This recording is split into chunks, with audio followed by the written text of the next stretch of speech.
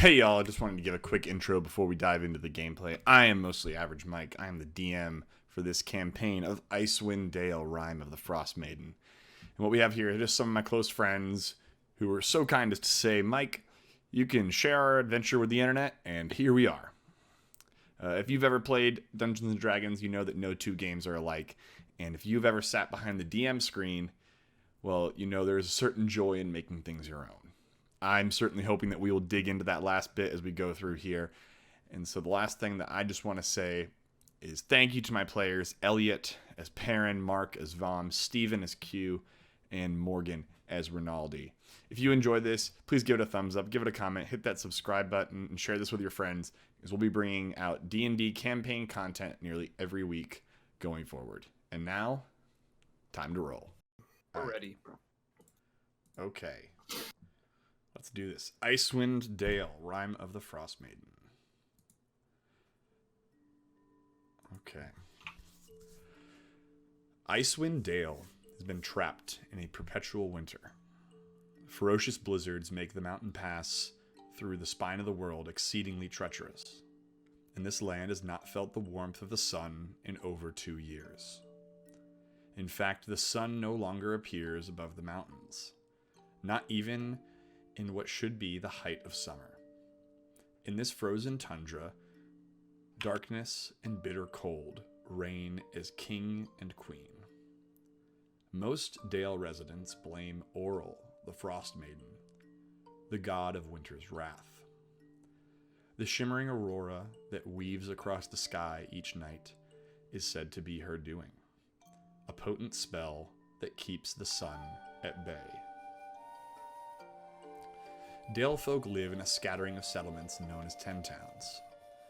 The drop-off in caravans coming from the south and travel between the settlements in this never-ending winter has left everyone feeling isolated. Although each town has resolved to appease the Frostmaiden with sacrifices of one kind or another, no respite from winter's fury seems forthcoming. For adventurers such as yourselves, 10 Towns is a place to test one's mettle, and in the spirit of heroes who've come before, leave one's mark on this frigid, blighted land. Our story begins in relative bustle of Bryn Shander, the most populous, well-known, and friendliest place in the frozen tundra of Icewind Dale. While that does not say much, it has its own charms. Simply being inside its tall walls seems to provide a warm embrace that can make one forget for a moment that it has been over 2 years since true sunshine has brought warmth to this land. There's a buzz around the town square as we zoom into the city. We are but 2 days since the last new moon, when the city of Bryn Shander sent their sacrifice, a young man named Wilhelm Brownheart, to the icy embrace of Auril. As we see a young man holding a large scroll appearing to make announcements about the town meetings, gatherings, and other relevant items. However, you all would notice there's an older-looking dwarf woman standing at the side of the stage. She appears to be looking to get the attention of the crowd, and the young man in the long robe appears to be ignoring her. As he gets off the stage, you see she approaches him. Before she runs out onto the stage, "You know there was something wrong! Why isn't no one here talking about these murders? There's something going on here. Something must be done," she says as her voice seems to die into the wind. She steps off the stage, walking towards you, Rinaldi. "Oh, my dear, there must be something that you and your friends can do." And Rinaldi, you look around and you notice that pretty much everyone else has stopped paying attention. It's you and a few stragglers who had actually been drawn in by the message of your friend, Hlyn Trollbane. Rinaldi, would you like to describe yourself? I am a half-orc who is from Bryn Shander. Okay. I've lived on the streets for almost my entire life. I have a reputation around here as somebody who tries to do what's right to protect the people that she knows. But a lot of the people that she knows are really shady people because she's had to get by. And so this person that we were talking to is, what was the name again? Hlyn Trollbane. You can get to her in a second. We're gonna. Okay. So as we, see you looking at this very familiar face to you, you look to your right. You see, you're a relatively imposing figure on these streets, and it's unusual for you to be surrounded by two other equally imposing silhouettes. And the first one you see is a very large, somewhat misshapen looking silhouette. And Vaughn, would you like to describe yourself?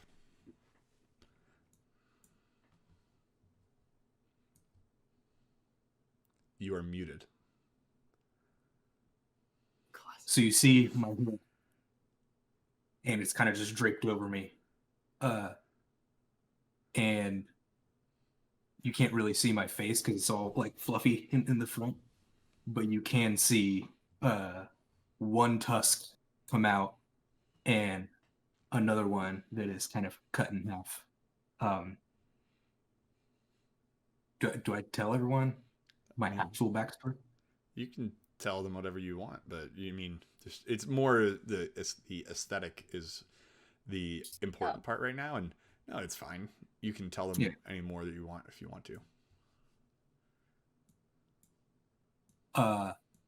Yeah. So I see you looking at me, Rinaldi. Take my cloak off, revealing giant ears that are half metallic and a metal tusk coming down. Trunk, you mean? Yeah. Whoa.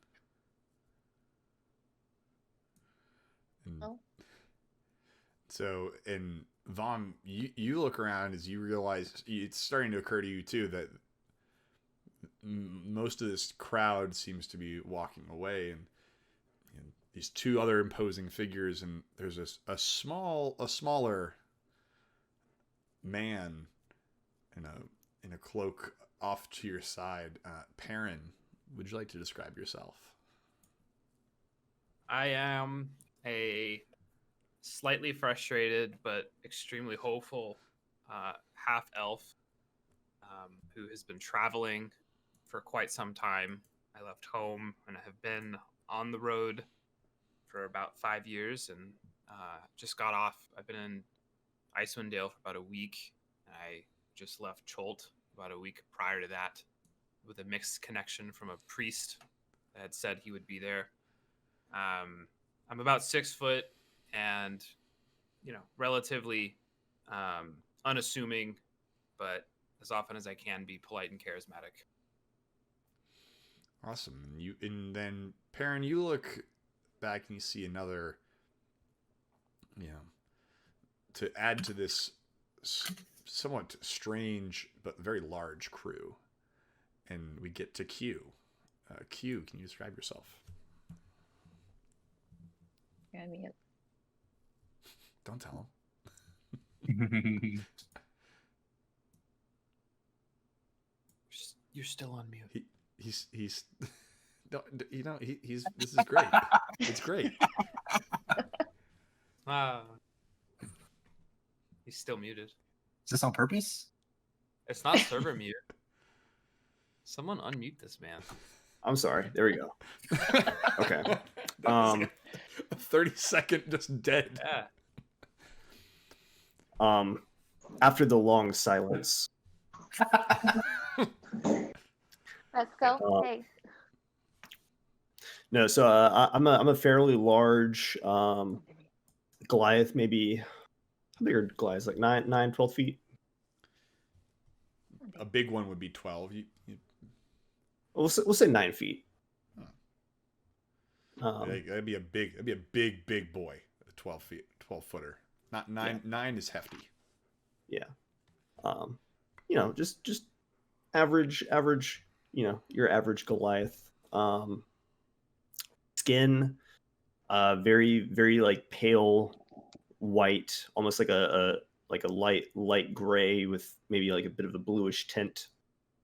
Kind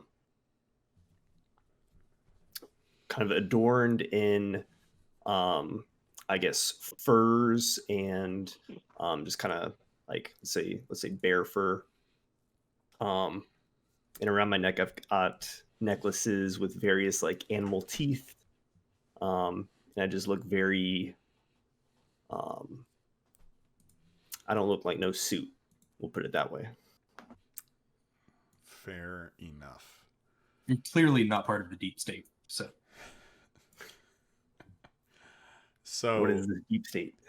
As you all kind of take in this assortment of individuals who seems to be remaining in the square, Hlyn kind of presses in again. Rinaldi,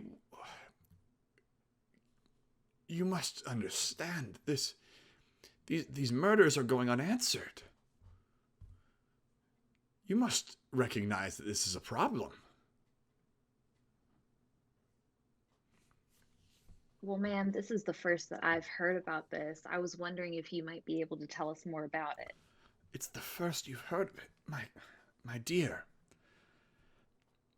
From what I understand, this, I believe, the body found just the other day was at least the third of a series of bodies found across the Dale.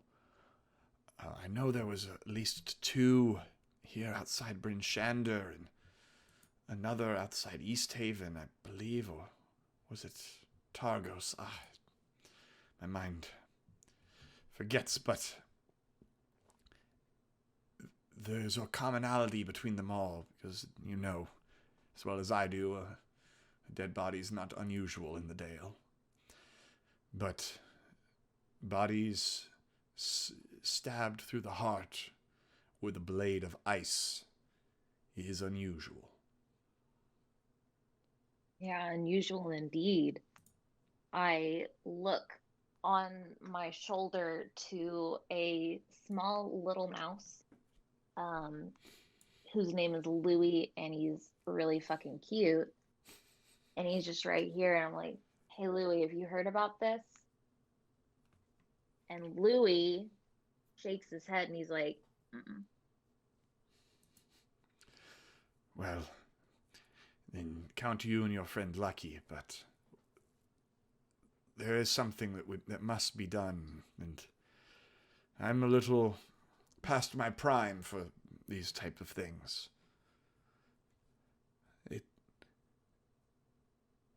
You, and she looks at Vam, you are an unusual sight for these parts. She's like taking you in and like you notice like she's like stopping on the tusk and the other tusk and the trunk and the ears, and she's just taking it all in, and she's very confused.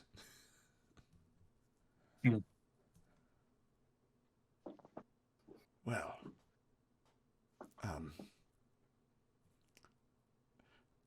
well, you see she like the nod, she's like off put. She's, well, good Goliath, what have you heard any of this? Do you have any what should be done? I think if you all are willing, you all seem to have at least stayed to listen to my tale, that perhaps you could work together, but there is a need, and I'll say there's a job to be done. I believe I know the man responsible. But I fear he may be more than meets the eye.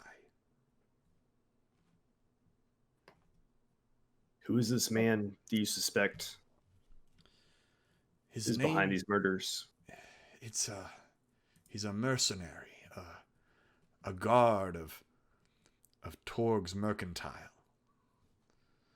And you all, those of you who've been around the cities of 10 towns, Bryn Shander, East Haven, and whatnot, that haven't been living out in the tundra for an extended period of time, would know Torg's as a relatively shady, not quite black market, but it is a Torga Icewind runs a mercantile trade kind of route that kind of goes through the Dale. And she is a woman not to be messed with. She has her fingers in everything. And for the most part, people are very, very scared of her. Partially because of the company she keeps.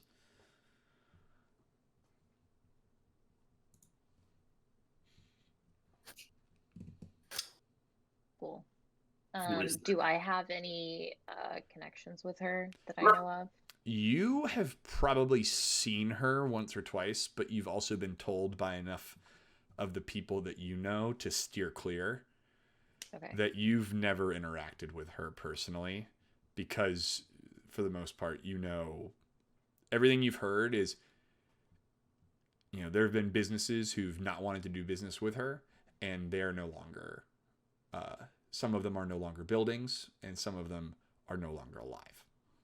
Okay. And that's the woman asking us to help her?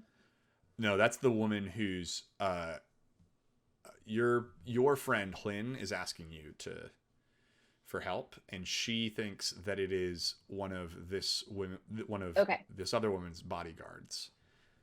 So as you would be kind of asking that, she says she has a bodyguard who's it's unusual. He's not dressed for the weather, you might say. I've done a little bit of investigation on my own.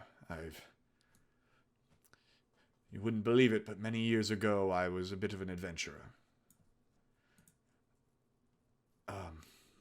But alas, I saw him coming in from a night out in the tundra.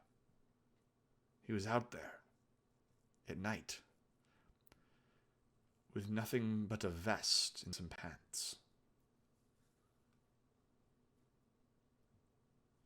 Okay. Great. Do we know anything about him? His name is Cephik Caltro. And I'll be honest, beyond that, I know very little about him. He is one of Torga's mercenaries who I do my best to avoid, and many do, but he's been known to be ruthless and is, frankly, he's not the nicest fellow. I'll leave it at that. But this kind of murder and the ice weapons, it seems a little beyond me. I don't entirely understand it. These blades in these people's hearts. It's almost sacrificial. You see, she gives a bit of a shiver. I definitely agree with you. I turn to my fellow adventurers and I say, what do you guys think? Who are the people that were murdered? Average, everyday folk, from what I understand. Are they mostly average? At least mostly. But they were all from just regular towns like Bryn Shander and East Haven. I've heard some news that there was a similar body found in Targos. I fluff my clothes a bit to try and stay warm. I'm quite uncomfortable. I turn to everyone and ask, like, have the authorities not been sort of approached in this? Does anyone know, or should we just start there? Keep it simple? Well, I have tried to mention it to the sheriff, but crimes between different towns can get a little complicated. So I'm new enough. I've only been here for a week, but is there no overarching authority across the towns? Because if, a series of murders is taking place. My dear, like someone... it's very clear you've never been to East Haven. No, I've been here for a week. The laws are different everywhere. I mean, some towns send human sacrifices to Oral. Others, it's food or warmth. But even East Haven, pickpocketing's legal. It's a interesting place. At least none of us are wholly human, so I don't think anyone will be sacrificed. Oh dear, a dwarf was sent out just a few months ago. Human is just to be polite. Well, I need to make moves while I'm here. I'm not looking to dawdle, so I'll follow the group if they decide it's okay to move. What was that guy's name? His name is Sefik Caltro. Let us find this Sefik and get his opinion on this. I'm with him. Well, All right, I will follow you. let's do it. oh, fantastic, my friends. I'd heard that Torgs was going to be on the move sometime tomorrow morning. So usually Torga and her men can be found in any of the inns or taverns if you were to look around. But I would be willing to bet that someone like a shady individual would more likely than not be found at the Northlook.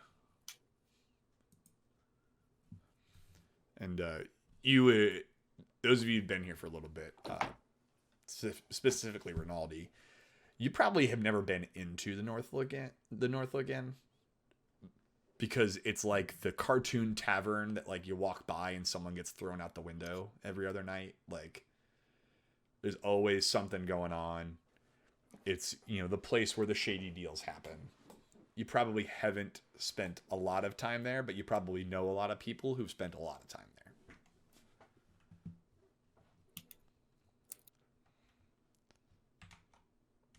So that's where we need to go. Great. There is the Northlook. There's Kelvin's Comfort, but it's a little nicer place. Torga might be there, though. I don't know. But if you're looking to, and I don't know for sure that this man did do it, but he's been there every time. I've just never seen him do it, and count myself lucky for it. What do you mean he's been there every time? Well, every murder that I've been able to track, he has been in town. People have said they've seen this peculiar man not dressed for the weather. And the authorities don't seem to have the time for it.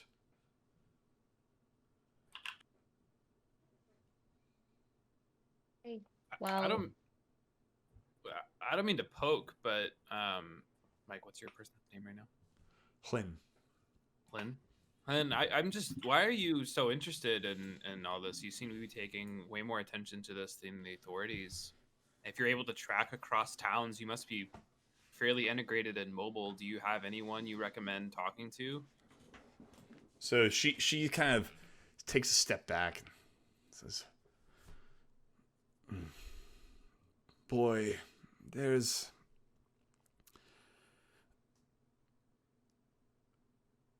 She kind of looks you up and down, and you kind of can see you're very clearly not comfortable in the cold and all this. She says, "We all have our reasons for being in the Dale. And we all had our lives before we got here. Let me just say that I'm doing my best to atone." All right, that's fair. For Still what? have to set the end of the question, which was there anyone that you recommend we talk to? I mean, it sounds like Oh. you're connected. I don't mean to pry in a. Oh, sorry. She kind of looks up. Vaughn, did you say something? Atone for what?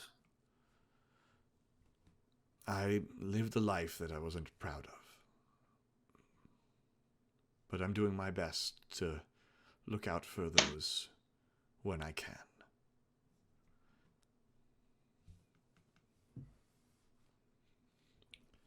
She kind of sits for a second.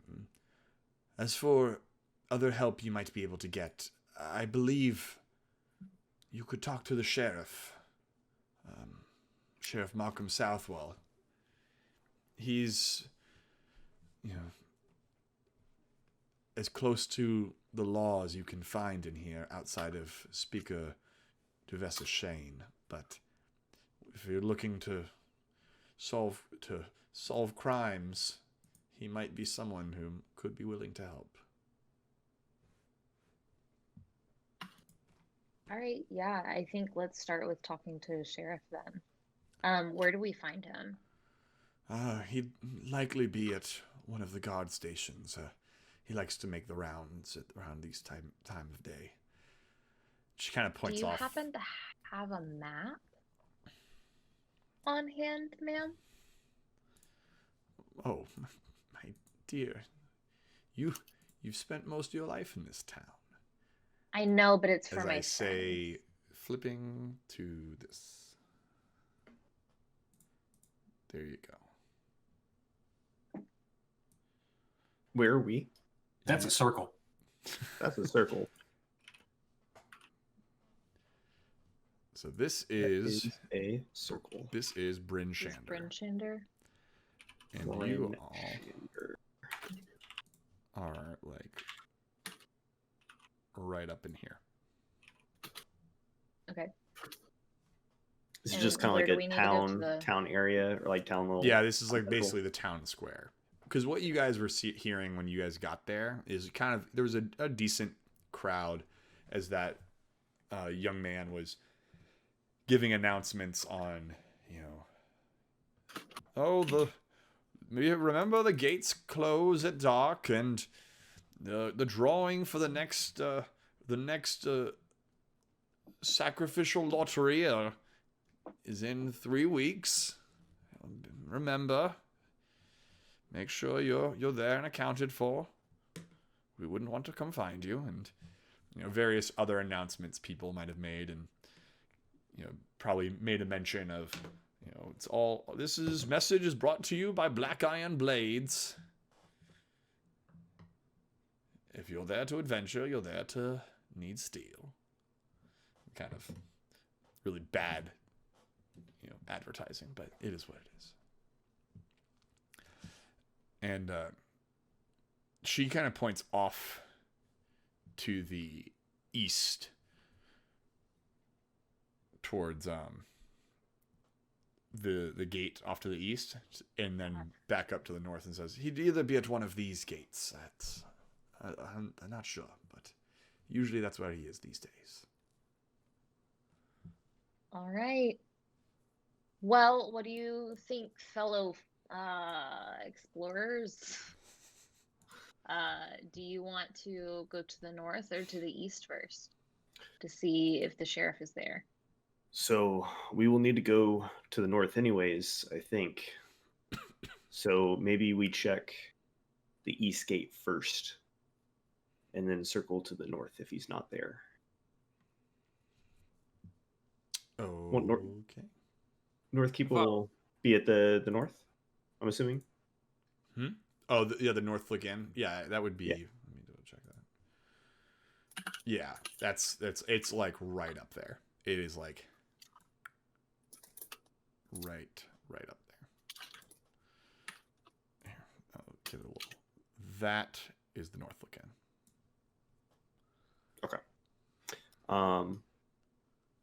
We could go straight there, but I was just thinking if we're there and he's not there, we'll need to circle back anyways. But what do you folk think? I'm I'm down to good. go to the east. I turn to everybody. I look over at Vom, and I don't say anything yet. I don't know. I'm still a little.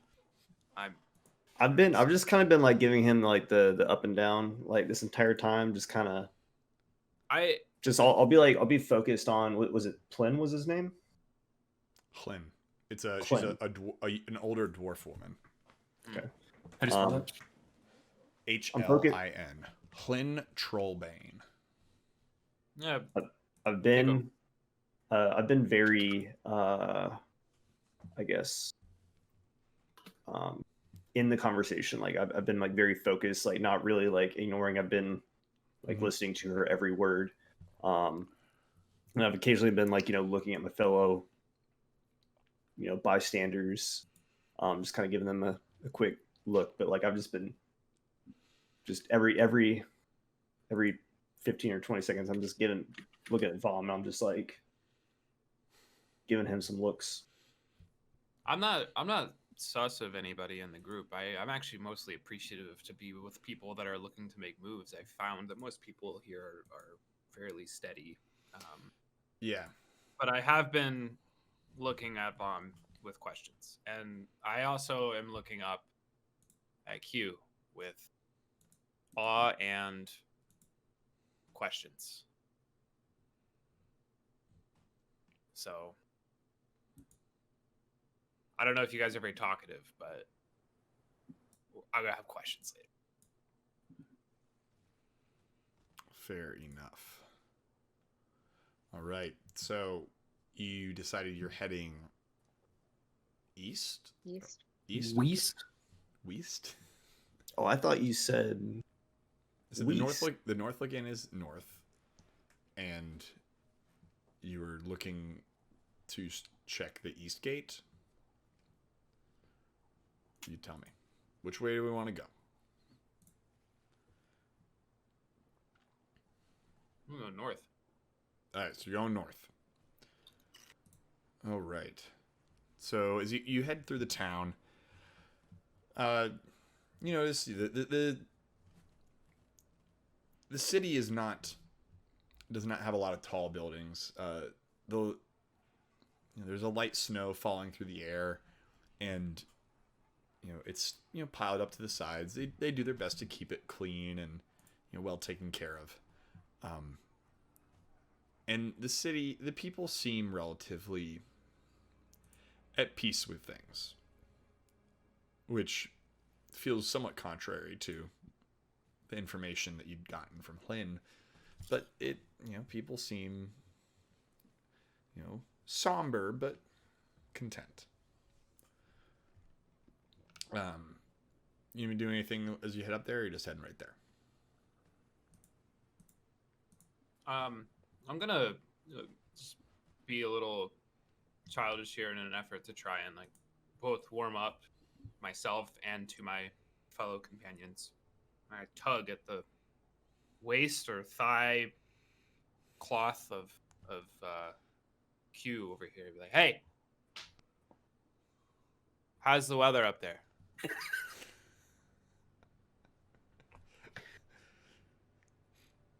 I've been just like standing still the entire time, just very kind of solemn look on my face, and I just look straight down, almost 90 degrees, just really having to sink my head down. and I Only just 3 feet shorter. It's like a small child, I guess.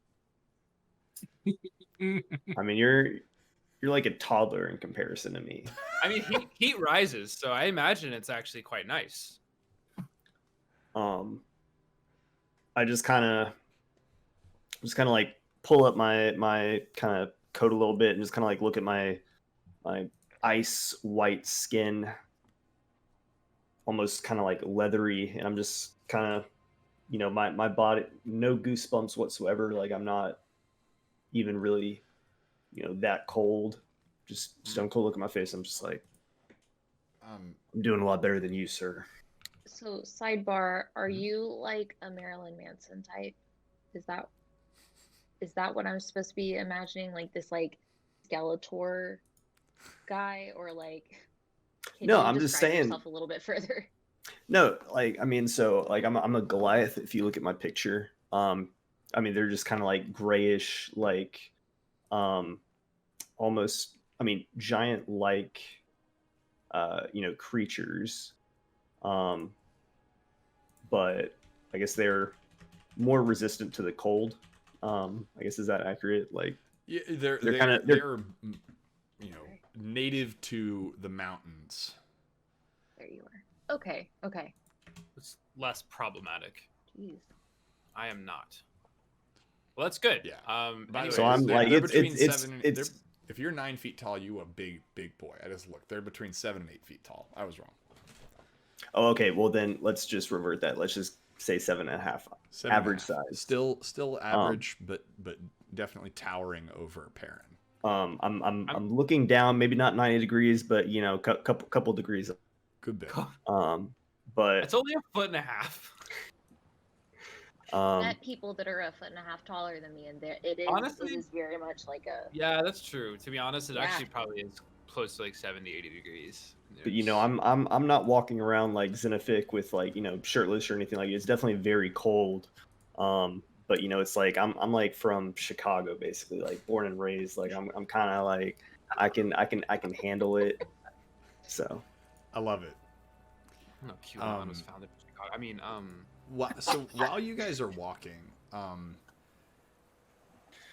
Vom, I know you have your weapons like stowed on you right now. Do you have? Yeah, they're hidden underneath my cloak. They're hidden underneath the cloak. Okay. Yeah. I've it's like draped totally over me. Have you put the blade back up since you started walking? Yeah. Okay. And then Rinaldi and Q, you all have some big weapons. Are those visible out right now, or are you just kind of? I have a quarterstaff that is very elaborately carved. Like it's got, you know, feathers. Very not a common weapon. Very Ornate. You know, very ornate. Love it. You know, displayed on my back. And the weapon is like it's very ornate, but also like very worn, we'll say. Has definitely seen some battles. Got it. And I have 2 hand axes that are strapped to my back. Sweet. So as you all are getting, you know, through the town, and you get close to the Northwood again, you can hear it coming. Basically, you hear the sounds of the tavern, and the wood on wood, kind of as things are scuffling around, and you hear loud voices and laughter. But also ahead, you also see a few city guard running towards the gate.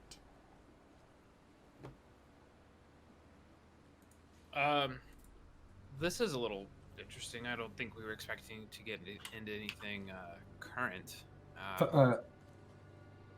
Is this like they're in the city running towards the gate, or they're outside? They're in the city, and they're running towards the gate, like towards the entrance.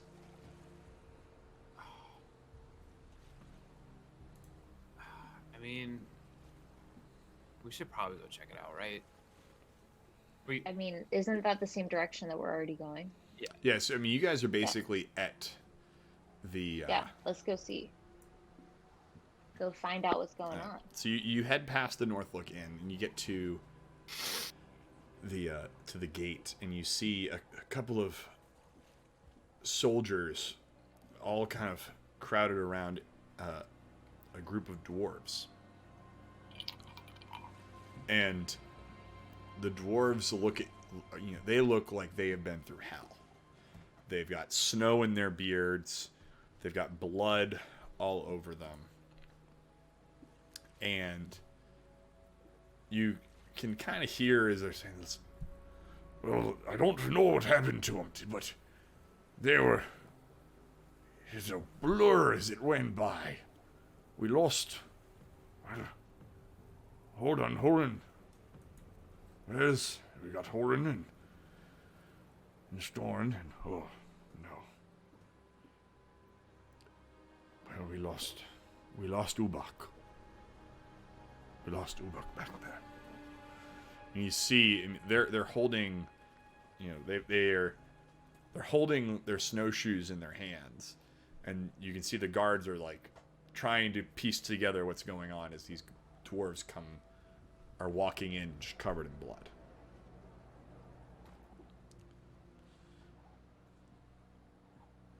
What happened to you men? The guards kind of snap around hearing you. They kind of look up. They don't see Goliaths in town often, so they kind of take a step back, and you get a bit of a better look at Hruna, the one who was talking, and he talks like this, and says, you can see as he takes his glove off, and he's actually missing 2 fingers, conceivably to frostbite, and wiping blood off his face. Well, we were bringing a shipment of iron to Black Iron Blades, but we were ambushed, or something happened.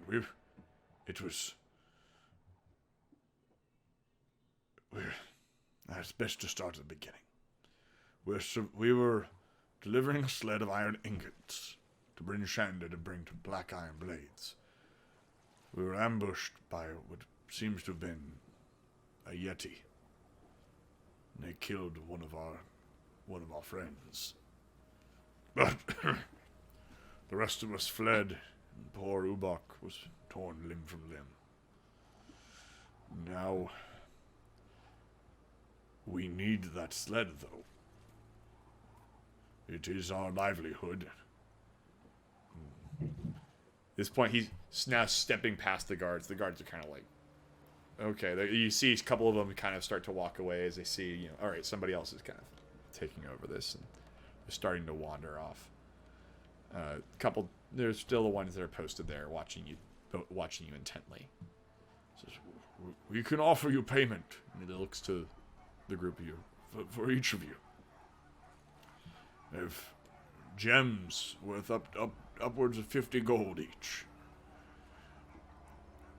And I assure you that the friendship of the dwarves in Icewind Dale can be a boon in these hard times.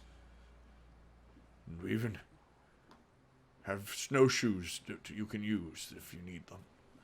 They kind of like hand out their snowshoes, and kind of looks at Vom and is like, you see the other dwarves kind of staring at each other. I turn to Rinaldi and Param, and I say, my friends.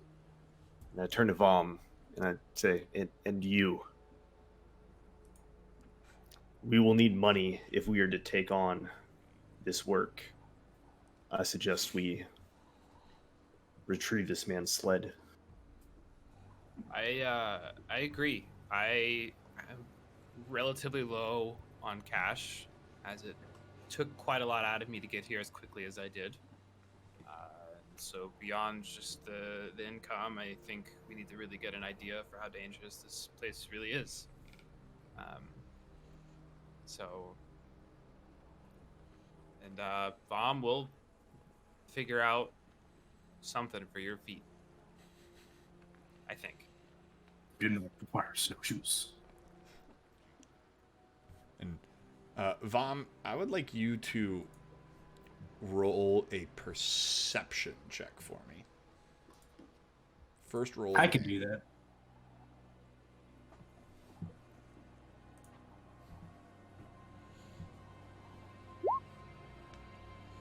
Ah. Wait. Yeah. That kind of broke. It broke. What's it supposed to Yeah, be? so it should be a 9. Yeah, I see it. It's showing a 9. I see a 9. Okay. So It didn't. four. Yeah, I have advantage on that, so it's both rolls. Yeah. So with a 9, I don't get much. With a 9, you kind of look over and you see the other two dwarves are staring at you intently. One of them is almost like statuesque as he stares at you, and you kind of see part of his nose has also been lost to frostbite. He's like missing just the tip. But the other one is shaking terribly as he stares at you.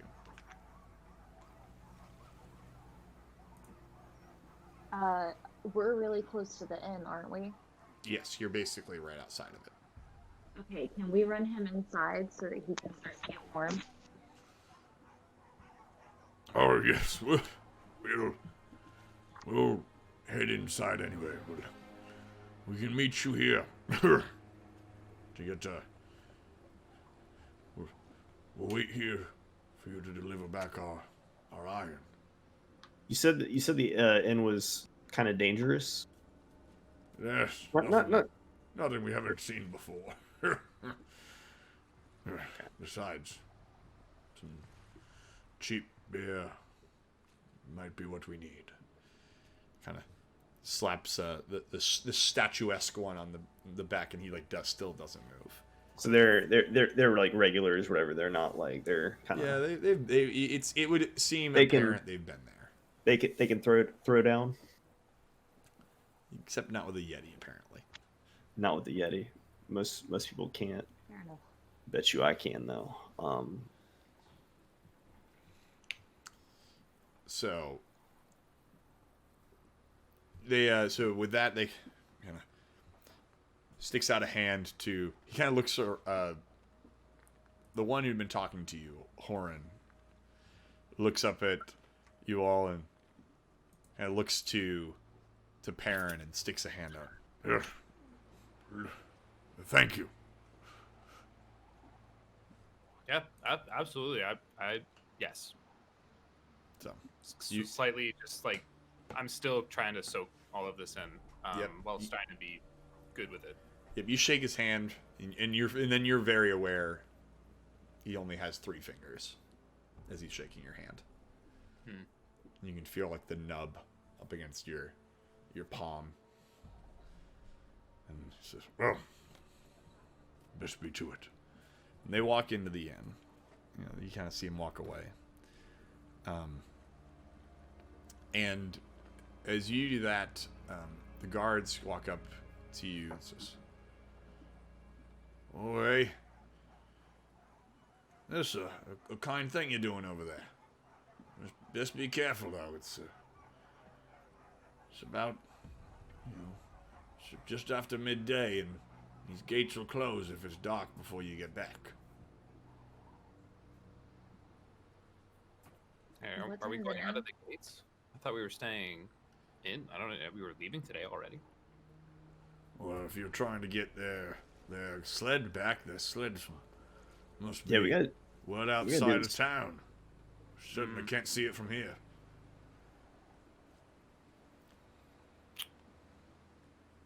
All right. Well, I look to Rinaldi in the group, and just like probably should move. All right, so you guys are heading out the gates.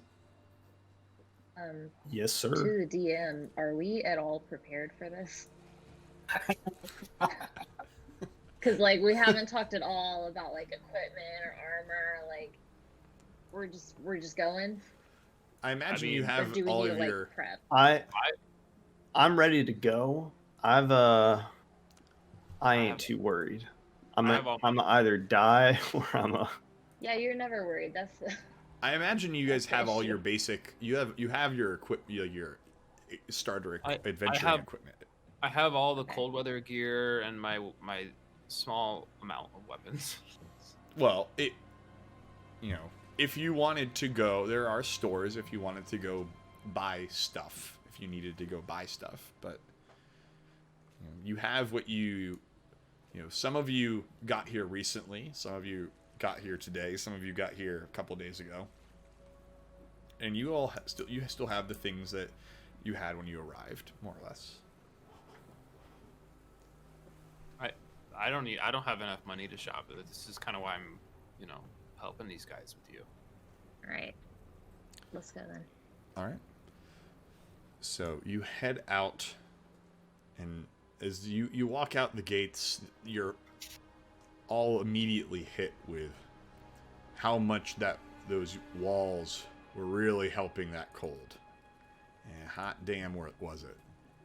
It was cold, and it is windy, and you can see the snow kind of whips up off of the drifts to the sides of the road, and you can actually see the footprints too of where these dwarves were walking from. So you can kind of get, it's pretty apparent where you could be following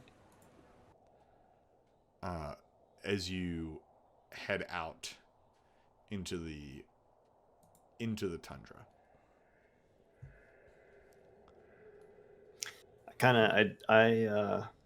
I tighten my coat a little bit, kind of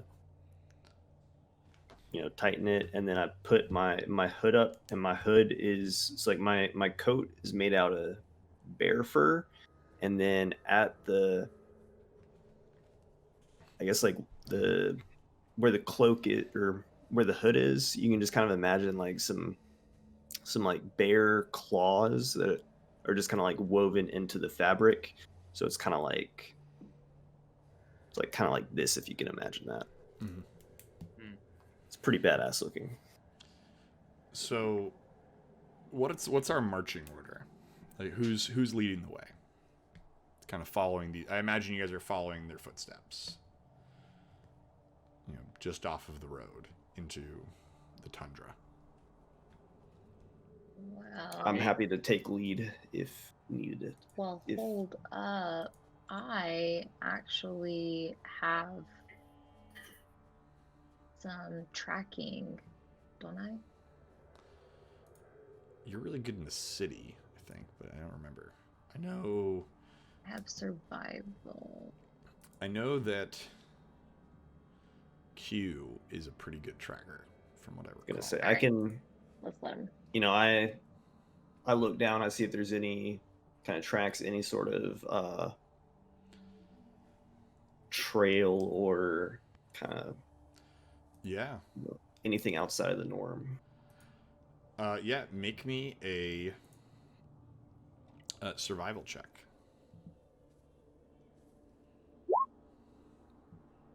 Did that roll? Yep. Yeah. 8. So with an 8, you can see there's footprints, but it is as you see the wind kind of whipping, across the tundra and snowbanks.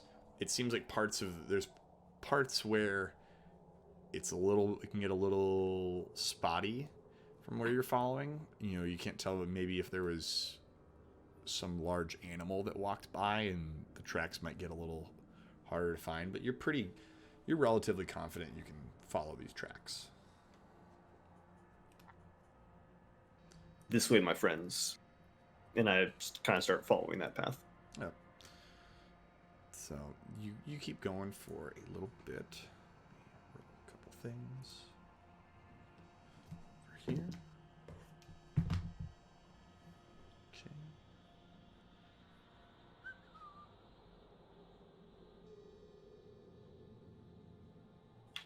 And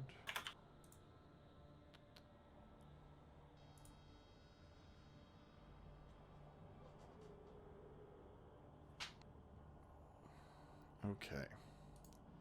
So as you've been walking for about an hour now, following these tracks.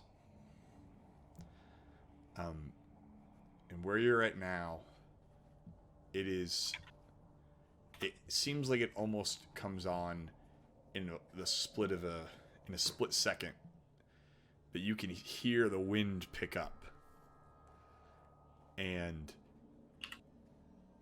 a blizzard begins to howl around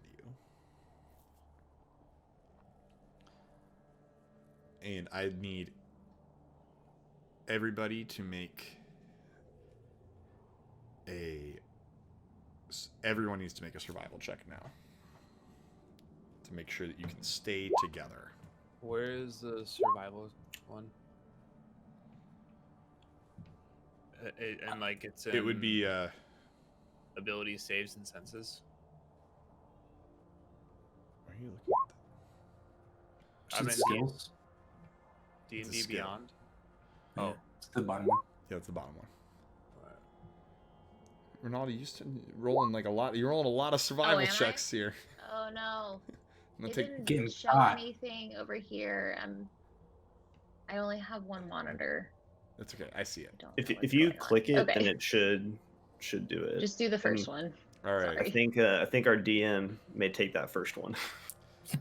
Yeah. Yeah. So, Yeah. just real quick, what was our order again? It was, I know Q was up front I'm in the back. and Vom's in the back. That seems like this is helpful. Then, Perrin, where are you? I am sticking close to Vom, All right. so I'm probably second to last. All right.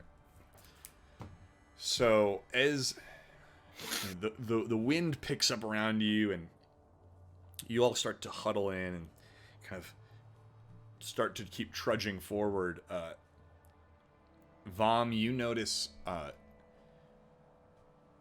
Rinaldi and Perrin are starting to drift off course.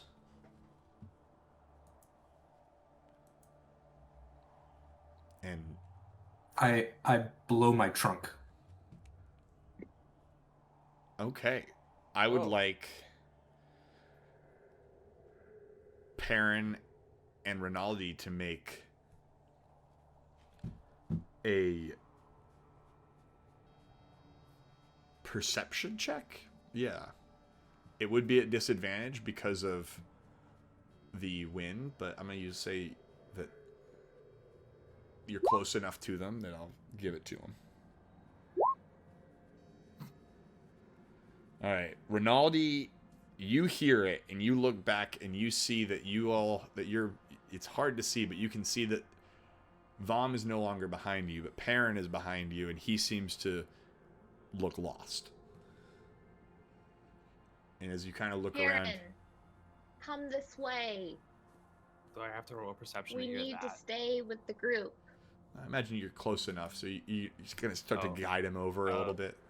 Oh, jeez. Oh my god. Oh, I can't see anything. Okay. Can I see that they've turned around, or stopped at least? Yeah, you see that there was a reaction, and you sort of see through the thing a hand kind of come over and start to kind of herd Perrin back to the group a little bit. I'm still in my wits enough to hear that and fall back in line. I'm not quite at a point where I need to chain up to somebody, so All right. So it seemed, your options seem to be, you can keep pushing through this blizzard, or try to wait it out. wait it Do- out. Well, I look at Q and I say, Q, what if we get lost? Are we all together? You're all back together again. You've basically huddled back up after Rinaldi and Perrin almost got lost. Rinaldi kind of thinks that Q is a little cute, so she's just kind of sidling on up to him. She's like, but what if we get lost, Q? I just kind of like look down, just having no words, and then just completely ignoring her. looking at the group. My friends, we can wait this blizzard out. And then I kind of pull out some rope from my backpack and I say, or we can, tie together to make sure that we stay together and push onward to retrieve this sled. Remember, we need to, do this before, I guess, nightfall or whatever. Yeah, and it's about, you've been traveling for just over an hour, and so it's about 2:00 in the afternoon now. And we do not know when the storm will end. And Q, do you think you can keep track after the blizzard is through?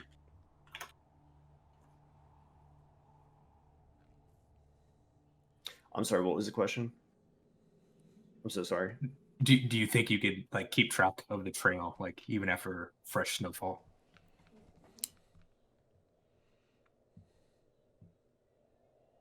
Yeah.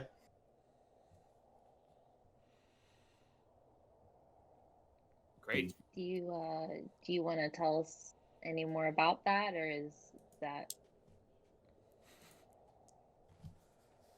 So are you waiting it out? Well, so if wait. I'm sorry, I misunderstood the question. No, I think like if we wait out the blizzard, then the tracks might be gone and we might never find find the sled. Might just be like kind of buried in snow. So I think we should go now. But we can also just turn back, send our regards to the men and just go back to the inn. Yeah, I definitely don't think we can wait. This could go on forever. We don't know. So I think I've already started to wander, and if we tie up, let's tie up and move. Otherwise, we should probably head back. I volunteer to be tied directly next to Q. And I push Vom out of the way just a little bit so that I can get in there. Nice. But ever so gently and respectfully. I am very large. Yeah, he's very big. I'm charming my way in between. Did you push him away, or did you push your body away? It was Yeah, kind of just like, Vom, He did one of these. like when you do in a concert and you just kind of like. Rinaldi, I'd like you to make a strength check, an athletics check, Okay. to see if you Athletics accomplish check this or maneuver. strength check? You slide him through the snow. Like, he's slick. Like, his feet are slick, and you just kind of like give him. It's enough that he does move. I don't change the way I'm standing at all. Like, Yeah, no, the position, the posture is the same. Just like I think his feet are just kind of like on some ice and just kind of just enough to just quite inch of a squid, like He doesn't even have to be on ice. I'm actually just like ripped. I don't know if you guys are aware of this. I'm like, yeah. we're not aware because you're bundled in clothes. So Yes. Mhm. What's your race again? I'm a half-orc.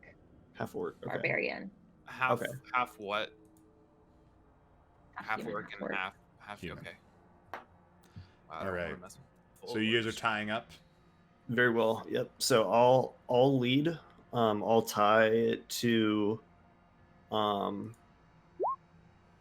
like I'll be in front, and then I'll have Rinaldi second. I think Vom should be in the back because in the event of any Yeah. form of ice collapse or a cliff, we need weight in the back. Yeah. So gonna be me, Rinaldi, Perrin, and then Vom will kind of be our our anchor, and we'll be able to.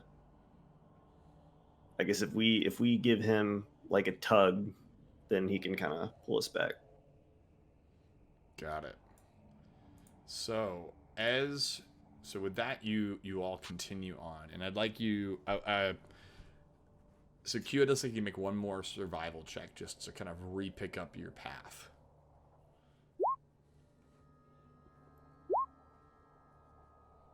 I Again? think it was just Q. Well, I'll say with Rinaldi helping you out. Oh.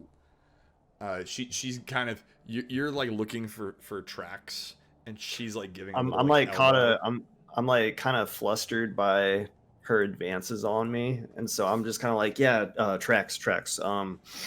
Where were they? And I'm like, oh my gosh, I just realized that if I want to get his attention, the one thing that he has on his mind are finding these tracks. So I guess that's what we're going to do right now. All of my energy. Let's do it. All And right. And I'm see looking. the two of them. I've got Louie out looking. I noticed that Rinaldi is rather clingy at the moment to Q and find it quite amusing. Turn around to Vom and say, Vom, don't get any ideas. You know, they might be like that, but you and me are gonna just gonna be chill. Sorry, can I get some clarification on the size difference between? I'm 6 foot, about 180 pounds is what I wrote in the bio. Vom is. Vom, how big are you? Specifically. Oh wait. Sorry, you're a half elf, not a halfling. No, half elf. Oh, dude, I'm so sorry. Earlier when I was like, I just like looked down at you. I thought you were like. Oh no, I mean I'm still like a foot and a half shorter, but This no, is just another elf campaign where Elliot is the small. little guy, but he's like I'm like average. I'm I'm about quite tall. I'm about 8 feet tall and 400 pounds. So that's a lean 8 feet, dude. He's an athletic elephant, you know. Big ass elephant. All right. He moves a lot. So with Rinaldi kind of guiding you a little bit, you find your way back onto the trail, and you find something a little unsettling. As you come to the top of this snow-covered ridge, the blizzard seems to give a little bit behind you. And as you look out, you see a frozen, dismembered corpse in the gully in front of you. Snow covers some of the gory bits, but the headless torso and severed limbs are visible. You see tracks in the snow all around the corpse, and the telltale grooves in the snow left behind by a sled that has been hauled away. I look at the. Can I distinguish the race of the body? It is immediately evident to you. It is a dwarf. I think what we found what we were looking for. It won't be much farther, my friends.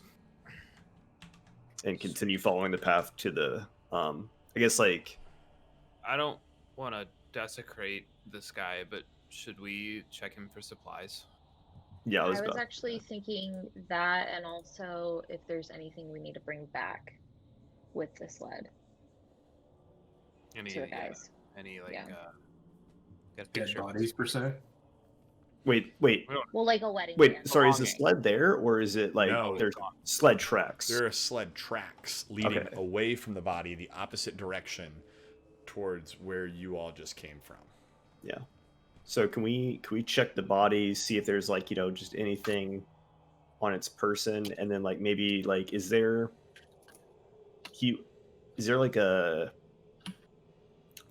something to identify the body that we could kind of like rip off and take back?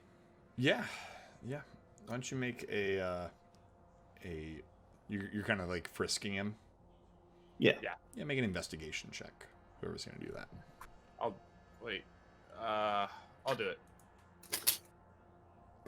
Yeah, you seem crafty. What was that? 17. 17. Okay. With a You find with a 17, you notice all his pockets are empty. All right. Well, And like some of them have been pulled out.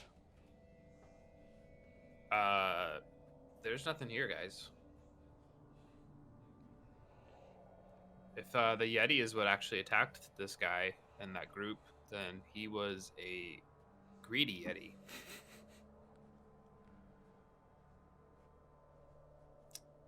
So we should probably move on. I don't want it's cold. It's cold as hell. There's no Yeah, point. we can move on. Let's try to make it quick and see if we can retrieve. I guess let's attempt to retrieve the body and bring him back if we can. But let's quickly follow these tracks and move on. Are we able to kind of look around without actually like going anywhere? Like just kind of look around us and see if there's anything else. Yeah, that you we can might make be either missing. you can make a, let's say, either a perception or a survival check to kind of look around the area and kind of scope the scene. Is anybody great at perception who wants to look around and see if there's like the hint of a sled anywhere before we turn around and leave? I can look around. Wait, why are we leaving? We're going to follow the tracks. Okay. We're Yeah, not, we're not leaving yet. Okay. But I'll look around and see if I see anything more than the tracks. So as you look around, you notice the sled tracks. The tread slacks. They're good slacks. Good brand, good pair of pants. It's a good quality paint. You see the organs that have been ripped out from this dwarf. But you also notice that you don't see any Yeti tracks. You also don't see any dwarf tracks around. It looks like probably that blizzard might have blown them away. But what you do see are some very small footprints that look like you would recognize them as being the footprints of a small creature wearing snowshoes. Are they going along with the track? It looks like they surround around the dwarf for a bit and then follow along on either side of the tracks.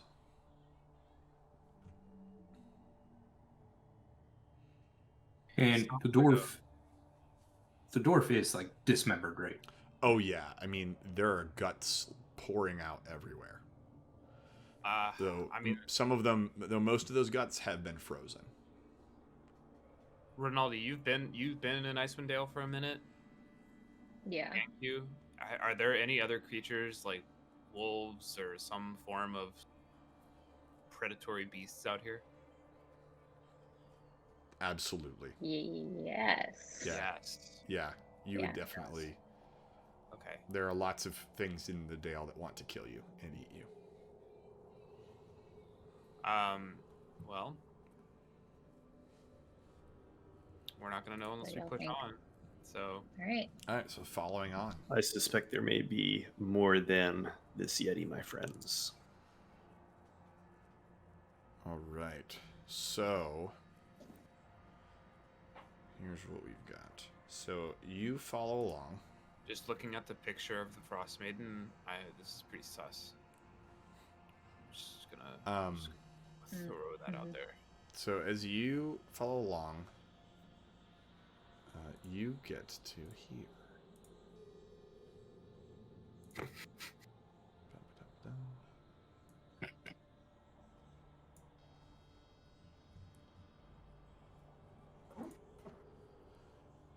So So it would appear that the creatures you have been following were goblins, based on their stature.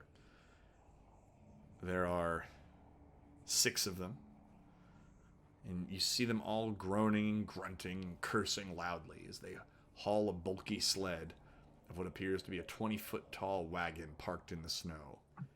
Harnessed to this conveyance are 2 roaring polar bears that do not look happy.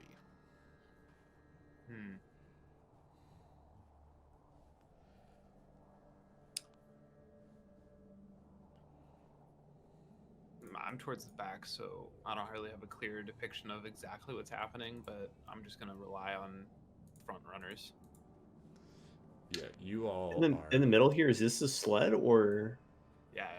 So like that's the sled, and then is this just kind of like a wagon? So of it would sorts? They're appear off they of have there. been loading iron off of the sled onto this. Like these Okay. goblins have their backs to you and are walking towards here, towards this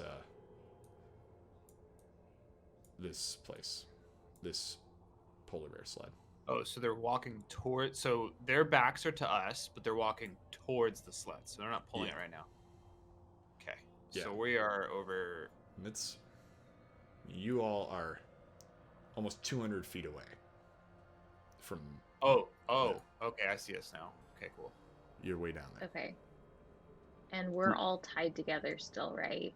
Yeah. So we'll Yeah. probably need to move as a unit. The blizzard has died down. Yeah, you've got pretty good visibility now. You know, it's... Okay.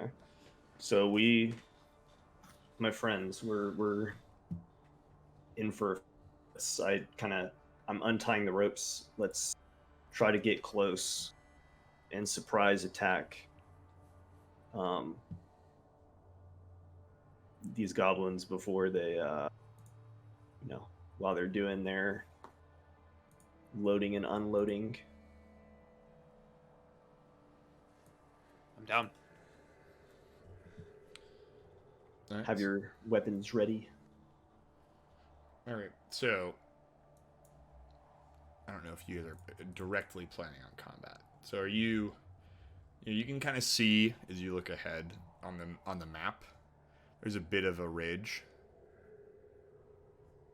So they're on the high ground. And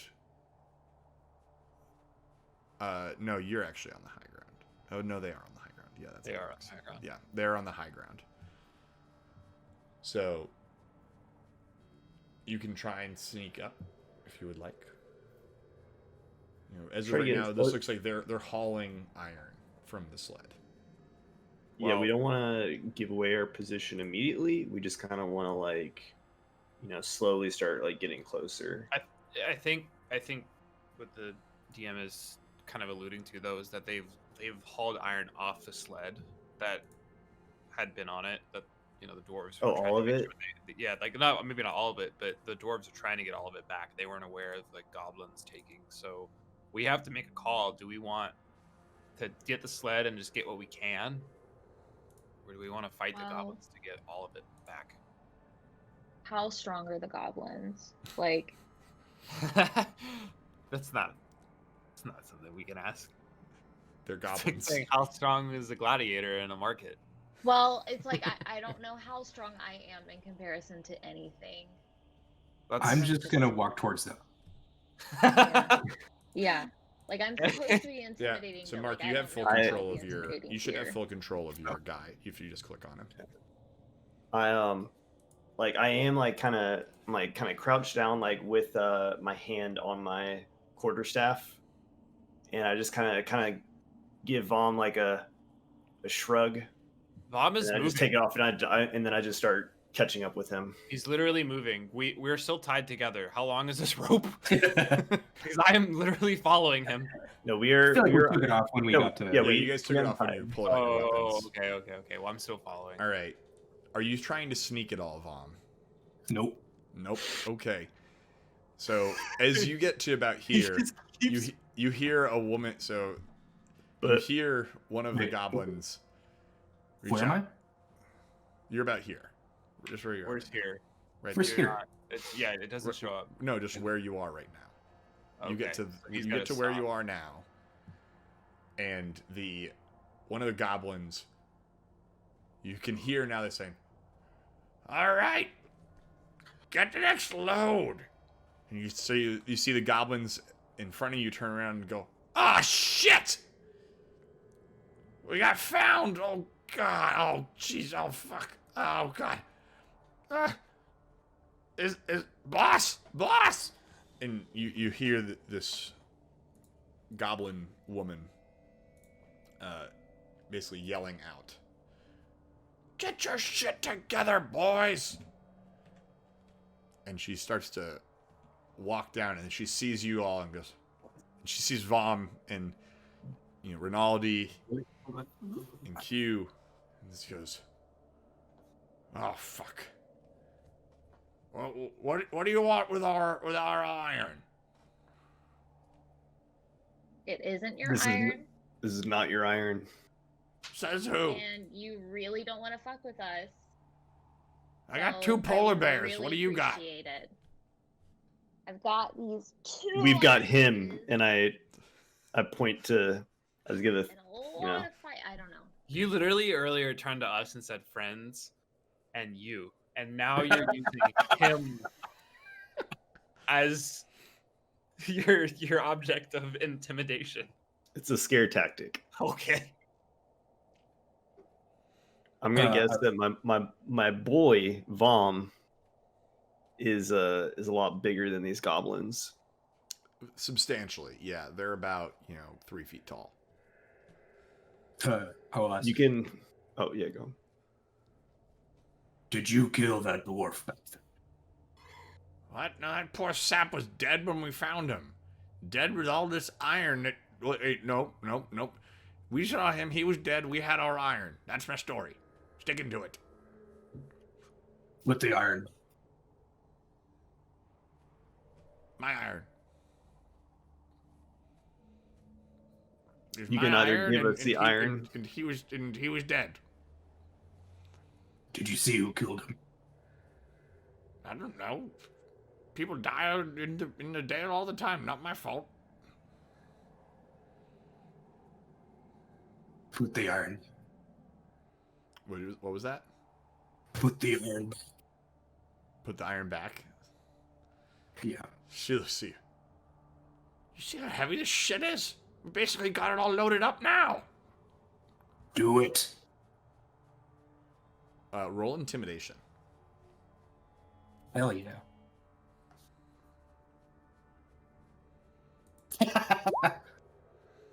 What? She looks at you, says, "Well, though you might be big, there's still 6 of us and 2 polar bears." I step in front of Vom and I say, "You can either give us the iron, or we're gonna come take it from you." And I ready my staff. Can I roll an intimidation? Sure.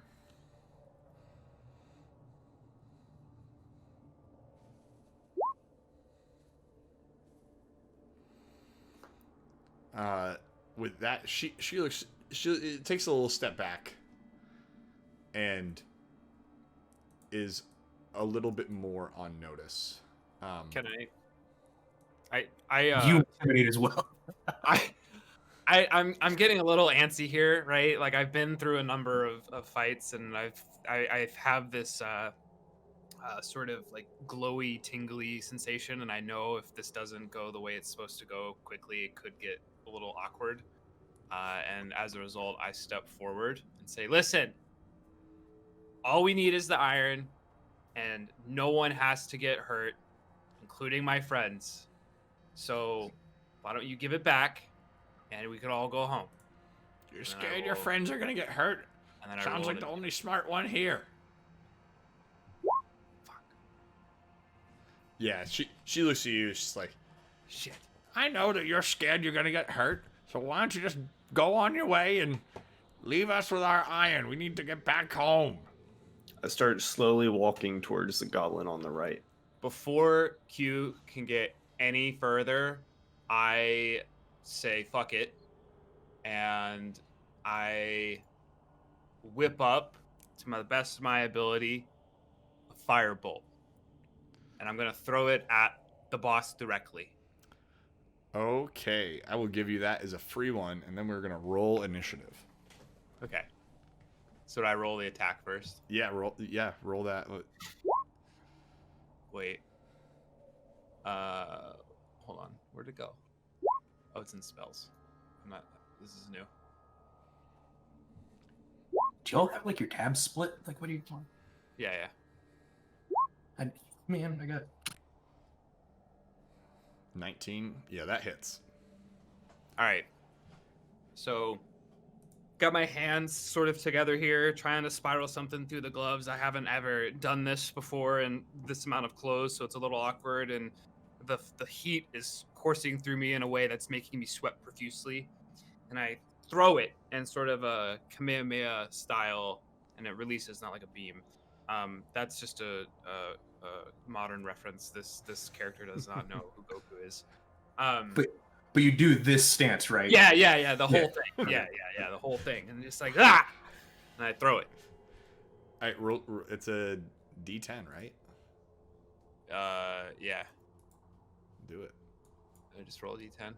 Yeah. All right. So that will take. Oh, I should hold on. I want to see the difference. Okay, cool.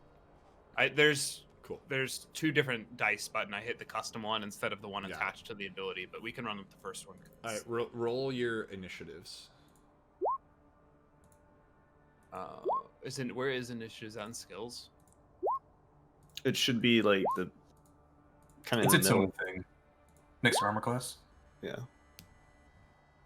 Um, should be kind of like right in the middle of the screen. wait. On D&D Beyond. Yeah. I had it scrunched, so like I wasn't quite sure. Oh, okay. Yeah, it's at the top. When you Oh, do I see that. it. I see it. Oh, this looks good. I'm gonna do this. 3. It's not great. I had good rolls, I think, and that was not good.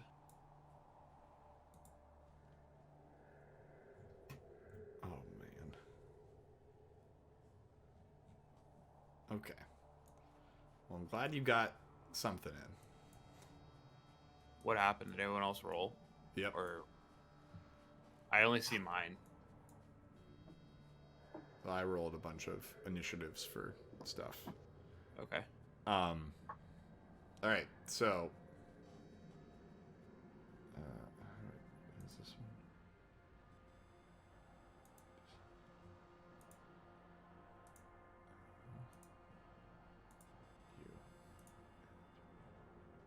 All right, so first up, it is Rinaldi.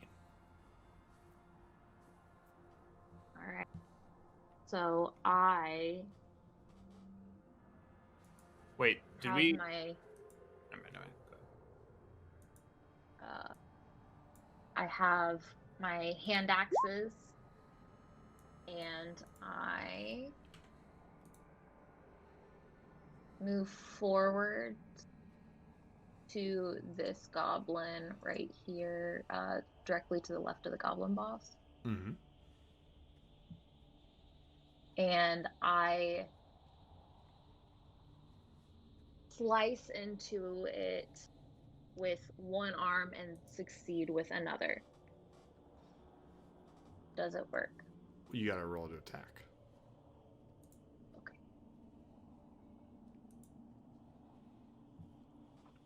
So roll, you roll to hit. I'm sorry. Like, it just roll? Yeah, it would be so like on A D&D D. Beyond, it's the part that says +5,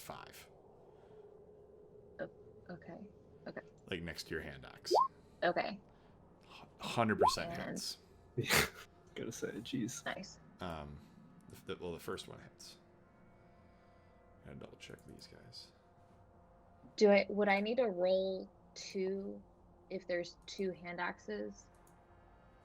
Or would I just roll one? You would roll, you roll Okay. for each attack. Okay. And still checking.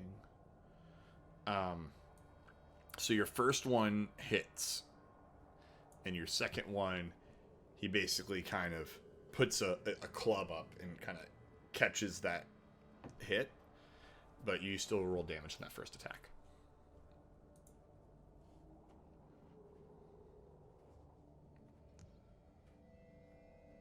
So, right next to, yep. So 5 slashing. You leave. It's a vicious slash. This guy basically barely. It was a reflex that he was able to hold on and block that second attack. But he is gravely wounded. And then it is this goblin I like that. is going to take a few steps down and over and look over and be like, "Boss, we probably should just go. You're real big." And next it is Q. I run up to the goblin that I was kind of walking towards before Perrin just kind of stole my thunder. And just kind of like was slowly walking and then kind of start picking up the pace and run towards it while I take up my quarterstaff and just kind of swing and try to smash him directly in his tiny little rib cage. The one right in front of you? Yeah. Okay. I was hoping you were going to say kneecap. Straight kneecap. Straight kneecap. Ooh. Yeah, let's kneecap him. Actually, All right. that's a better idea. Yeah, and he's on the high ground too, so you can kind of like you. It's right on level with him. Yeah. Oh, we gotta get a hit here. All right. 15. Open this guy again. That hits. He sees you coming, and he actually tries to jump out of the way. And as he jumps up, you catch one of his feet, and you like smack him into the ground. So for damage, I have like either If you're doing it with one-handed or two-handed, that's what that is. okay. So I guess two-handed is the D8 maybe? Yeah, that would be the bigger one. Okay, that's what I'm doing.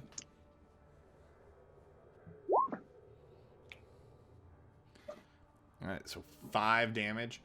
You see as he falls, he basically breaks his nose as you smack him down to the ground, and he's got blood pouring out his face. And I kind of like look at his body, and I turn to my new lady friend, and I say, "You thought you were wondering if we could take them? I think we can take them." so as he gets up, it is his turn. He's perturbed, certainly. So he is going to attack. He pulls out a scimitar, a tiny little scimitar, and he comes across, and he is going to slash down at you, and that is an 18 to hit, which I believe does. And then that will do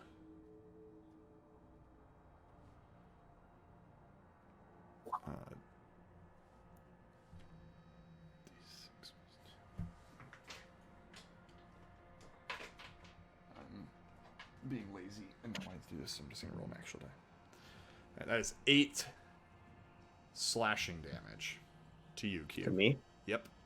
As he comes down, he's like, "You fucker!" And just tries to drop that sword right into your shoulder. 8 damage? 8 slashing damage. Bruh. Okay. If I change it on D&D Beyond, will it, I guess, do whatever it needs to do, or does it even matter? Just keep track of it on D&D Beyond. Okay. That's fine. Vom, you are up. I slowly walk up to the goblin boss.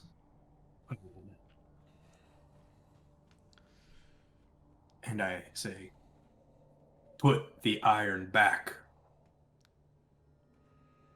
She looks at you. Why do you want it so bad? It's not even yours. It's not yours either. Well, possession's 9/10 of the law. She's Out in the tundra, there is no law. I drop my cloak, Oh God. revealing my just metally formed body, and my giant shield and my warhammer. Oh yeah, she's freaked. And I will swing at her. Maybe. All right, do it. 18. That hits. 3 damage. All right, so you get this big crack, and she sees it coming, and she kind of parries a little bit, but it kind of, your hammer grazes off her shoulder plate. You can see she's got some like chain metal on. She's not feeling great after taking the firebolt from Perrin. Wait, but- we never. So with that hit and that damage took, because we didn't act out her taking the hit or anything. I didn't know if we actually went through with that. Oh yeah, that just it hit. Okay. You bolted her, man. You bolted her for a bunch, and she got pissed. Oh, okay. Yeah, she's got a big smoldering scorch right there on Great. on All right, her we chest. didn't do that. So Oh, sorry. Yes, she has that. all right. I was Alright. like, when is that going to take place? All right. Vom, anything else for your turn? No, that's it. Okay. All right. So this goblin is going to take a couple steps over, and it's going to pull out. She's going to say, "Boss, you okay?" And he's going to pull out a short bow and aim at Vom. And that is an 18. That hits. All right. And that is going to be 5 piercing damage. Oof. Okay. How bad is that for you? Oh, you're fine.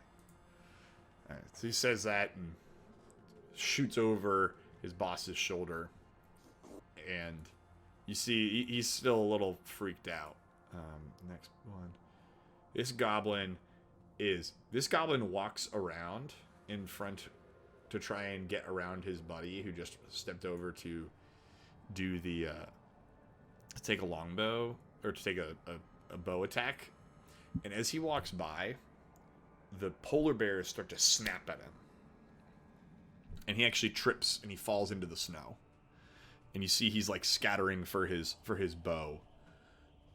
But he's now over here, and he's looking very scared at the polar bears.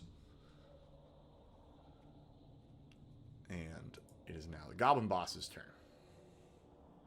She looks to you, Vom. She says, "Will you not just let us be? We've got so much more to do today."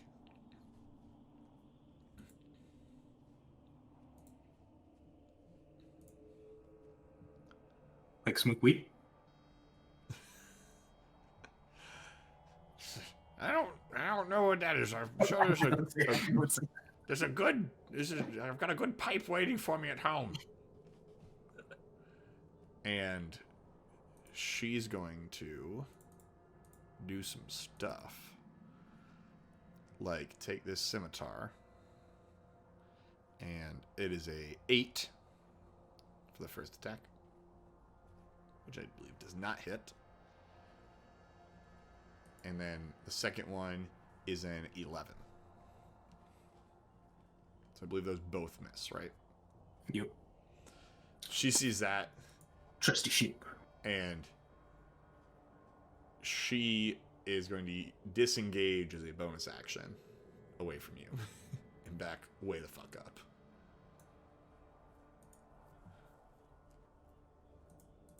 Alright, and then we go to the goblin that got beat up by Rinaldi. And he is going to take his scimitar and swing at her. Can we tell if it hits? And that is a 7. That's a 7 to hit, which does not hit you, because I believe your AC is like 11 or 12, something like that. Sorry, what is AC? Your AC is 14, armor class. It's right Okay. next to Oh, initiative. Okay, got it. So it has to meet your armor class to actually land a blow. So that very much does not.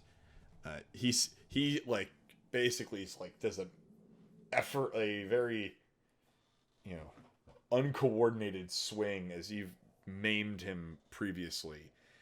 And he like just kind of like half-hearted swings and just looks up at you and just, and starts to run away. And he backs way up too. Does he have a bonus action to disengage? Yeah, he uses a nimble escape to disengage as a bonus action. Goblins, man, they wily. And Perrin, we're back to the top of the order, or bottom, technically. Nah. They look to the boss and scream out, "Listen, we've gone through this. You've got guys running away. You're stepping back. We can stop now if you just give the iron back. We don't even want your life. Let's just go." She kind of looks around. Make a persuasion check there. Okay.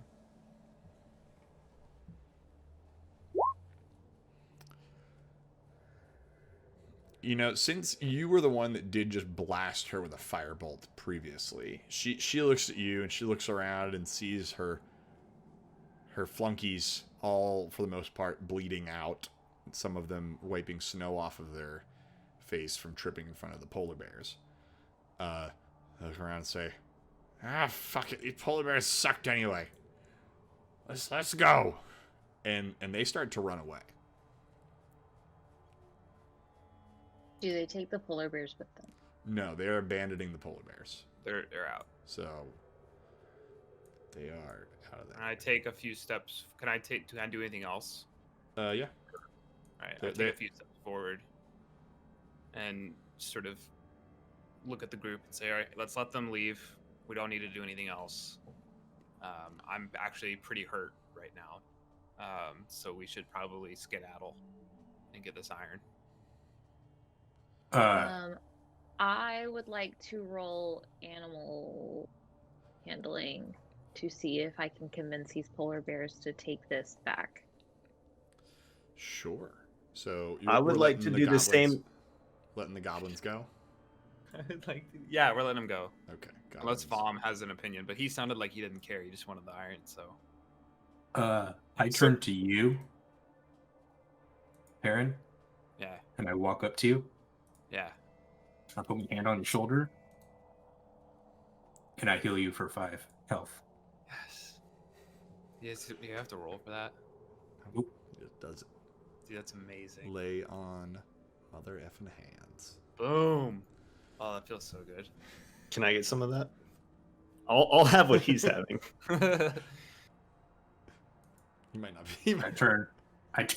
Like, I am sorry, sir, or friend. I did not see you were hurt, and Steven's like I really do not hurt. have any more in me. Steven's like really Wait. hurt. I'm actually It's like really I had hurt. how much I'm- health did you I'm- have left? I'm like really fucking hurt, but like I'm trying to like kind of keep it on the down low. Like when a guy gets bit by a zombie, he's like, "I'm fine, guys." Like, I'm really glad that persuasion roll worked out because I was pretty bad. I was Yeah. like one weak area. I'm pretty hurt, but on the surface I look calm and ready. So, Alright, but anyways, You're Do you, not have, at one. do you have an ability to drop bombs? oh, you'll see some bombs drop. No, Okay. but no. So while Rinaldi is like trying to tame the polar bears, I kind of do the same thing, and like maybe like our hands like touch at the same time, and I'm like, oh.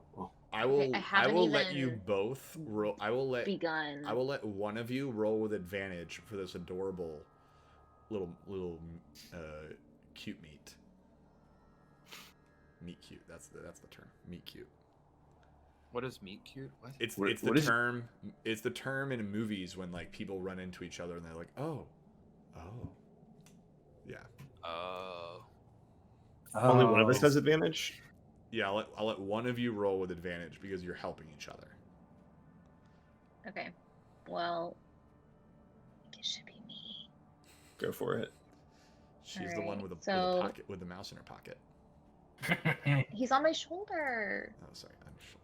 That Yeah. dude must. I mean, be out in the Jesus. open right now? Like yeah, he's gotta be like in a. He's just my little bud. Ooh, All right, so I I'm glad you didn't do it, Q.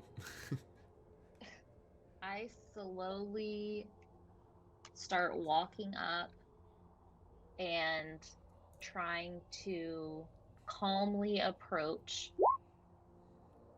the polar bears. Fantastic. So yeah, And I these say, polar bears are "Hello." looking gnarly and looking mean. They look a little skinny, but they seem to be receptive to you. So what do you do? So I continue to approach them and I kind of start to pet one. Do I need to roll for this? No, you rolled your animal handling. I already and- did? All right. Yeah, no, they immediately take a little bit of a liking to you. They Is that a giant giraffe? here? Righty. Yep, And that's the sound I polar bears make. Hop on. Do they use reins? Is that what we're? Is that Yeah, what we're going they're with? on reins. Yeah.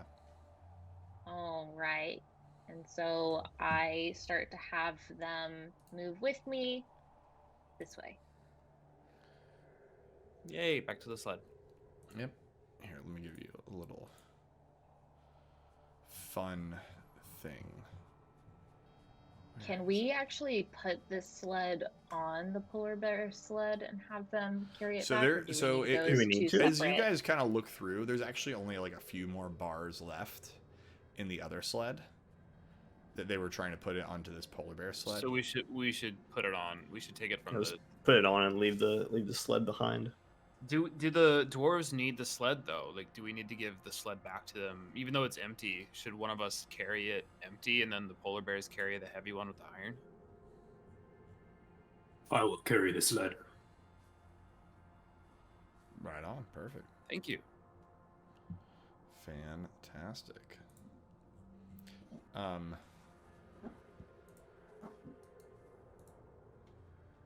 How do I do this? Is it this button? No. This button? As we're kind of walking back and kind of loading things on, I kind of nudge Vom and I say, I like your chrome. Oh yeah, go get my coat. Don't forget that. Like your It's starting to get a little cold now. You're like, ooh. good reference. Okay. See Thank you. I see you. I wanted somebody to appreciate I it. got it, man. I don't know how Mark didn't. I don't. Yeah, what is it? I said I like your chrome, like cyberpunk, because in your metal. Oh. It's so not as fun when you have to explain it. You know what I mean? I was hoping like you would laugh or be like, and then it's fine. It's cool. Well, I can't find it here, so I'm going to put it in Discord because I was hoping to do this. Is that what's the rat's name? Louis. Louis. Yeah, this is Yeah. Louis. All right. So you guys load up the sled or really it's more of a wagon that they're pulling. And then so you're gonna pull that. You guys all hop in the wagon, and you're heading back to Bryn Shander. Yup. I'll tie the sled to the back of this thing, and Mhm. then just Cool. Cool. I'll try and get on. It like creaks heavily, and the polar bears groan for a moment, but they are able to keep going. All right, I don't want to piss these guys off. I'll hop off and walk Walk alongside them. Okay. And so you walk alongside, and they seem relatively happy and content, heading back towards Bryn Shander. So it's a pretty easy walk back. You know, it's mostly downhill, and as you get to the top of the hill, kind of looking over Bryn Shander, you all see the beginnings of the nightly aurora. It's We been a gotta couple. move. It has been a few hours. It's close to Or like 5:30 now, as you've made your way back, and you're able to see just over on the horizon the greenish, purplish blue of the aurora, glowing through the night, and you're all reminded briefly of, it is beautiful, but how dark and dangerous the Dale is with what you've seen today. And with that, you head back down, and you're heading back to town. Anything else you're gonna do as you're heading in, or just you're heading back to deliver? I think I'm headed back to deliver. Shit, I did we don't know go how back much and longer I can hold these polar bears. did we take the same route back? Yes. Do we pick up this guy's dismembered body? Do you want to? I wanted Yeah. to do that. Yeah. Yeah. All right, so you guys pick up the body. Want to take this decapitated body back to the? Are we gonna bury it? Burial respects, man. Like, it's frozen. Like, it's not gross or anything. All right. So yeah, he's a dwarfsicle. Yeah. And We can just talk on it. you plop him in, all the pieces. I find a piece of cloth to cover the body that was in the wagon. You're fortunate because there's a lot of goblin-sized pieces of cloth, so you're able to find something that's mostly covers him. While we're putting his body on, like, can I investigate to try and see claw? Like, does it look like Yeah, a claw? you can make an an investigation or perception check, I'll investigate that shiz. or medicine, I guess, if you wanted.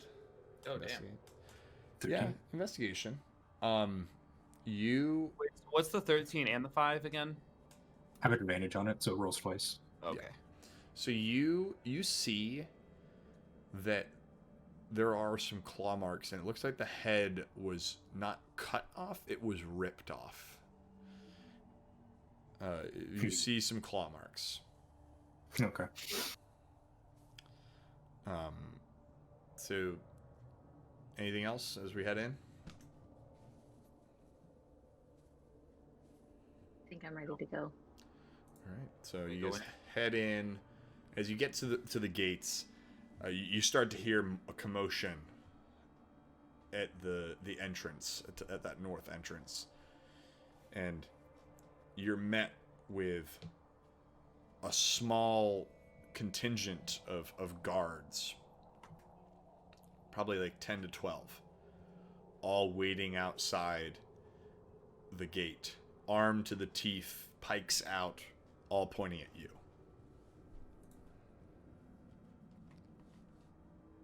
Ruh-roh. I'll just keep walking towards him. A somber looking man with dark eyes and dark skin and wearing a nice coat steps out and says, "Who goes there? Who?" And he looks immediately is drawn off when he realizes there are not goblins driving this goblin cart. I wave to him, and I say, "Hey, it's Rinaldi. Let us in. It's cold out here." Yeah, you recognize this guy actually immediately. It's the sheriff. Him? His name was and is Malcolm Southwall. Markham Southwell. Markham. Damn. And so Sheriff Southwell sees you. Oh, Rinaldi. What the devil are you doing up there? We got ourselves into a little bit of a pickle. Clearly. Someone said there was a motley crew that headed out to go help these dwarves that I spoke to a while ago. Should have known you'd have something to do with it. Sure should have. Have you ever ridden a polar bear? I hadn't, but here we are. And so the polar bears are stopped there. They're starting to get a little snippy again. They're kind of snapping. Fancy. And he looks at it and he says, I haven't either. Well... I pat them gently. Men, I believe we're probably okay here. He kind of waves a hand and the guards start to slowly back away, like eyeing the polar bears, eyeing you, eyeing Vom. You know. And they back away and as you guys getting off the cart now? Or are you trying? Yeah. Because as you get there, the sheriff says, you're going to have to bring the dwarves out here, because I'm not letting those beasts into Bryn Shander. Yeah. God only knows what would happen. Come How on, are- Sheriff. It's fine. How are the ingots like just stored like in crates, or like is there anything I can do to be like unloading them from the? They're piled up, like they're individual ingots, like that were all piled up. They're not in crates or anything. They're relatively heavy. And there's a decent number of them, but Well, I'll just kind of open the back and get it, prepared for unloading. So as that's all happening, the commotion seems to have drawn the attention of your dwarf friends, and they come out, all three of them. Hruna is, well, I didn't think I'd see you back here so soon. You can see they're a little drunk. They've clearly had their beer, at least Hruna has. And the other one, the one that was staring statuesque like, is still like holding a mug, but is still deadpan, staring straight at Vom. And the other one does not have anything in his hands, but is also still staring terrified, looking at Vom. He's with me. Y'all leave him alone. Even Louie likes him. Make a perception check.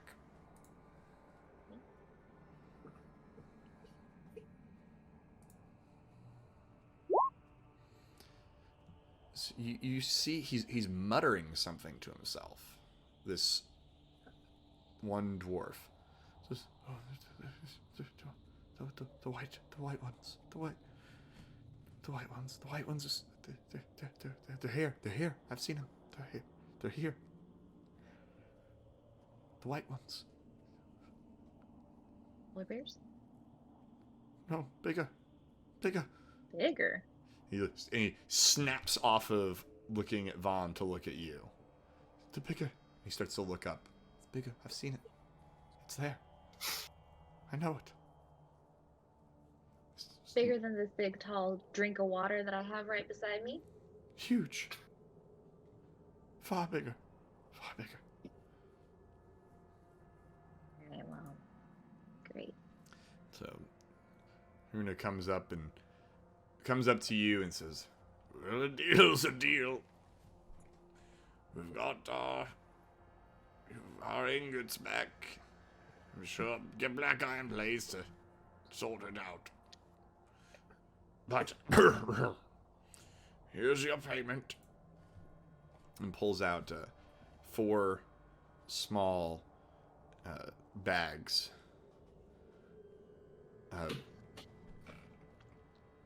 Actually, it's one small bag with 4 gemstones in it.